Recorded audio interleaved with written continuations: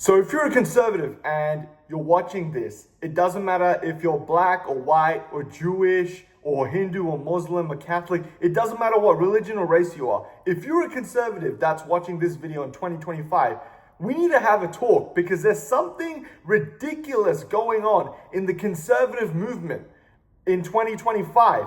And it's very, very simple and it's very clear to those that want to see it and very unclear to the ones that refuse to see it. What is it? Well, it's this.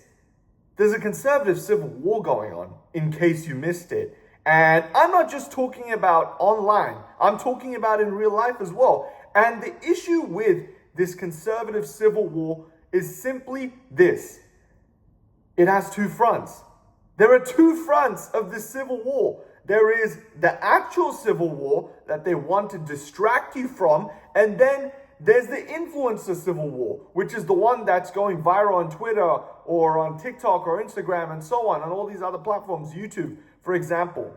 And it's very, very disgusting to see people, not just the influencers, but their audiences as well, to get tricked and to believe that the influencer civil war is the same thing as a conservative civil war. Because in case you haven't been paying attention, there's a foreign country in the Middle East that starts with an I that is subverting, every single Western country's foreign policy and therefore their government, compromising them, releasing files that they should be, but they're keeping it away because, it's a hoax and everything like that.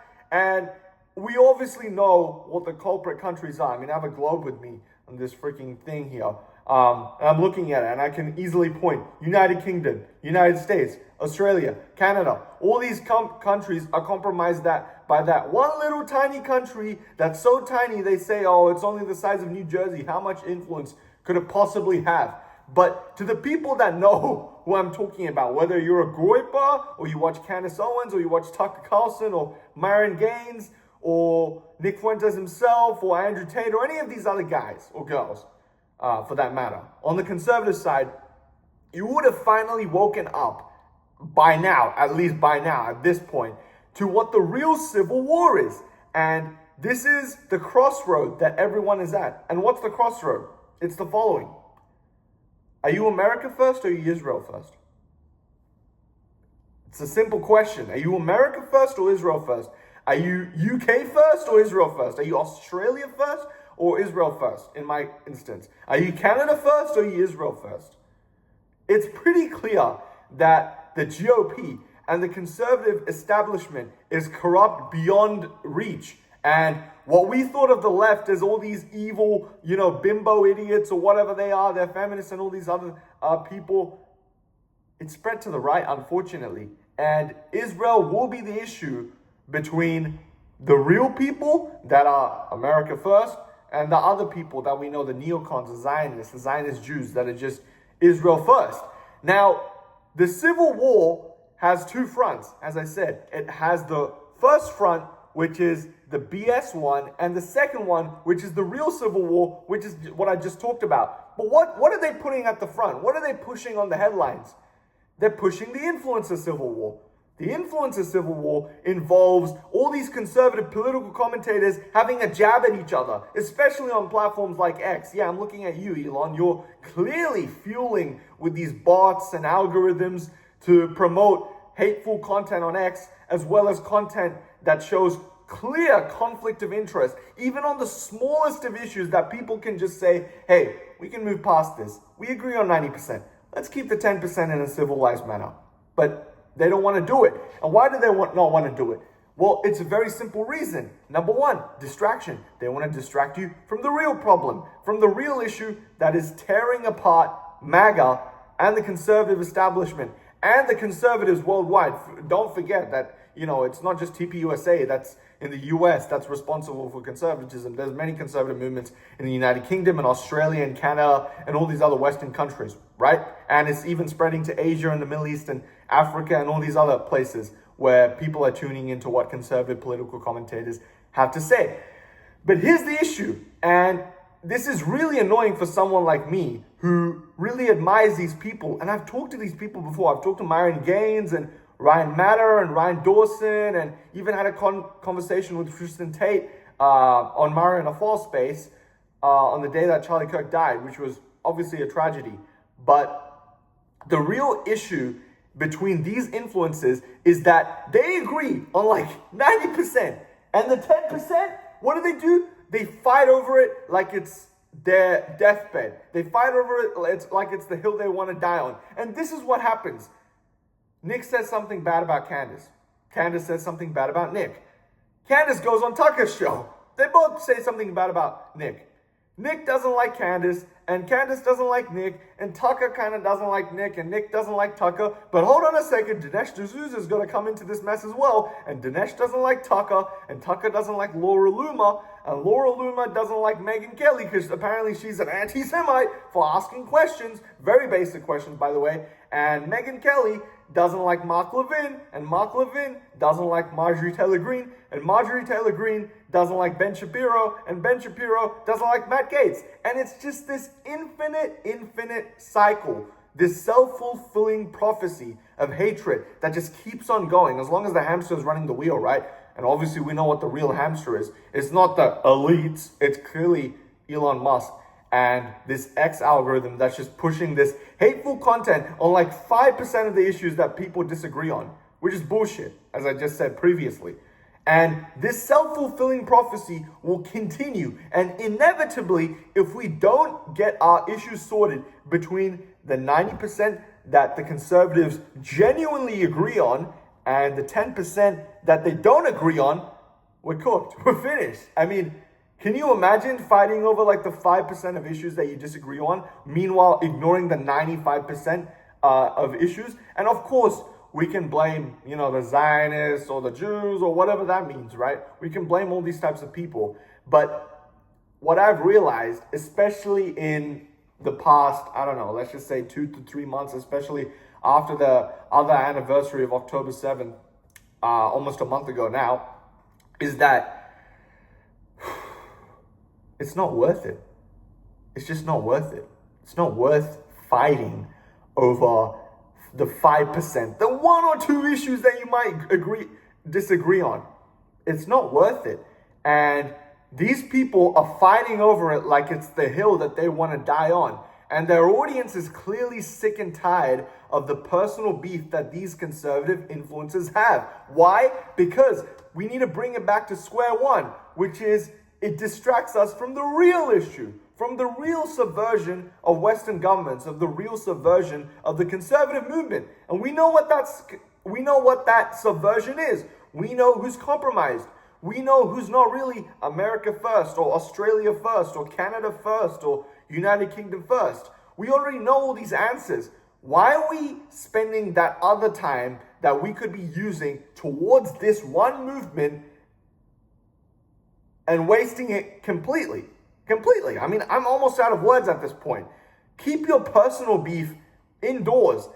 Exchange between privately. You have WhatsApp, you have Snapchat, you have all these other apps. Candace, Nick, Tucker. Why can't you dispute your grievances out in private? I mean, of course, we can have the respectful discussion and it makes for a great podcast and you get a lot of views. But a lot of the times, the 5% of issues that conservatives disagree with with another, it becomes a civil war. And that's not good enough because we already have a civil war that we're fighting. And it's just so useless to me to act like children on the 5% that you disagree on and ignore the 95% you agree on. And as I said, the self-fulfilling prophecy will just continue. And it will keep going and going and going and going until one day the GOP establishment, the people, the neocons, the Zionists, will go ahead and say, hey, look, they're fighting like children. We should take their platform away. We should censor these people. I mean, there's already a hit list on Tucker right now. People are calling for Tucker Carlson to be neutralized, which we know what the word neutralized means. It doesn't mean, hey, you know what? Elon just ban him on X. Or, hey, you know what? Sam Altman ban him from using these other apps. Or Mark Zuckerberg take him off Instagram or something like that. We know that neutralization doesn't mean canceling your opponent. We know what the word neutralization means. And for Tucker just to platform Nick and have this complete outrage, this is what we should be focusing on. This is what the conservative movement should be focusing on. It's the fact that we are completely subverted by a foreign government the country sizes of New Jersey, as they say, tiny little influence. Ignore it. It's just that, it's just we want this little piece of land, and can't you just leave us alone? And it's not a genocide in Gaza, and we just want to bomb, 9 countries, and that's it. Like, why are you making such a big deal of this? Iran, why are you making such a big deal? We just want to conduct a regime change. What's the big deal? Let us do what we want. And the more you think about what these people are saying, the more ridiculous it gets. But again, as I said, this conservative influencer war is stupid. This conservative civil war is not. And that's exactly why the title of this video is a misnomer. But that's pretty much it. And I just had to put this out there for all the conservatives that are listening. Again, it doesn't matter, guys. It doesn't matter if you're black or white, or you're Hindu or Muslim or Catholic or Jewish or whatever. As long as you're a conservative, you need to be in this battle. And you need to fight these people. Whether it's the way that Charlie Kirk did it on university campuses, fighting these ridiculous liberals and these blue-head feminists, or at the workplace, or at the office, or even on the streets, preaching the Bible, preaching the Quran, preaching the Torah, preaching, the Bhagavad Gita or something. Making sure that the conservative word gets out there, because we need more soldiers for this fight. This complete subversion, in case you guys haven't noticed, it's been going on for a very long time. It's been going on for a very long time. It's been going on for pretty much as 1948. If you know, real ones are going to know what that means. It's been going on since pretty much the end of the Second World War, and the foundation of a tiny little country the size of New Jersey that has no foreign influence and has zero relevance. But yeah, the situation is completely blown out of proportion. And these conservative influencers, they really need to discuss their grievances privately, because now it's just getting a little tiring, as I said. Use your resources, the platform that God gave you, supposedly, for the actual war, for the actual civil war. Not any of this 5% I don't agree with you on BS. But that's about it, and that's all I had to say for this video. So thanks for watching, and please share this video with any conservative that you know that needs to hear this message, because we need to start putting more pressure, not just on the neocons and the people that are subverting the conservative movement in general, but also the influencers themselves. They need to be pressurized, because we've had enough of this personal BS, personal beef BS. It's time we put our 5% grievances aside and use the 95% to battle the real establishment, to come across the real civil war. But yeah, that's about it. And please give this video a like if you enjoyed it. And as I said, share it with someone who might need to hear this message. And of course, subscribe if you want more videos like this. Thank you. See ya.